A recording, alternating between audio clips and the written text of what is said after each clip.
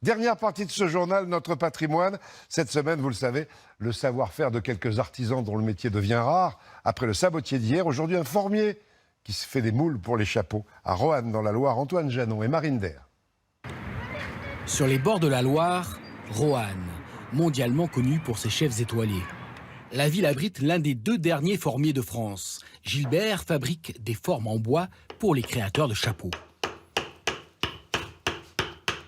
Je lui crée son outil de travail et sa forme pour qu'elle puisse mettre son feutre qui va prendre exactement la forme du bois que je suis en train de sculpter.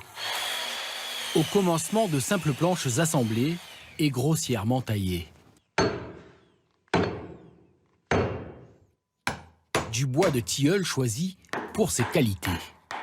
C'est un bois qui est neutre, qui ne réagit pas à l'humidité, qui peut prendre l'humidité mais qui ne va pas fendre. C'est un bois qui ne réagit pas non plus à la chaleur. Et puis, c'est un bois tendre pour piquer les épingles. Un bois travaillé avec ses innombrables ciseaux. Avec des outils qui coupent comme des rasoirs, on fait ce qu'on veut. Comme si c'était du savon presque. La forme sera poncée avant d'être vernie par les mains expertes de René, 85 ans. C'est pour éviter que lorsque l'on met le feutre dessus ou la paille, ça colle. Parce que c'est mouillé et c'est chaud. Donc si vous vernissez pas, le bois va absorber l'humidité et ça n'ira pas. Il faut que ça glisse. Chaque détail compte, les 2 complices cherchent la perfection. On se corrige mutuellement. Mutuellement jusqu'à l'excellence. Voilà. On prend le temps, c'est ce qu'on appelle l'amour du travail bien fait. C'est simple.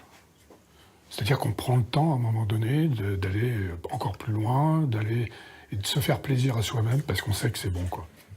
Un souci du détail acquis sur le terrain par cet ancien entrepreneur des monuments historiques. Ça y est, la dernière couche de vernis est terminée. La modiste plonge son cône de feutre dans une étuve pour créer son chapeau. Pour avoir du coup un borsalino, il nous faut une forme borsalino en bois. Une fois qu'on aura moulé le feutre sur la forme, on aura exactement à l'identique, cette fois en feutre, un chapeau de type borsalino. Avec son moule borsalino, elle réalise un nombre infini de chapeaux. Ça permet de faire du coup plusieurs fois le même chapeau, dans des matières différentes, dans des feutres, dans des pailles. À partir d'une simple forme en bois, la chapelière laisse libre cours à son imagination pour des créations parfois extravagantes. Formier, un extraordinaire savoir-faire de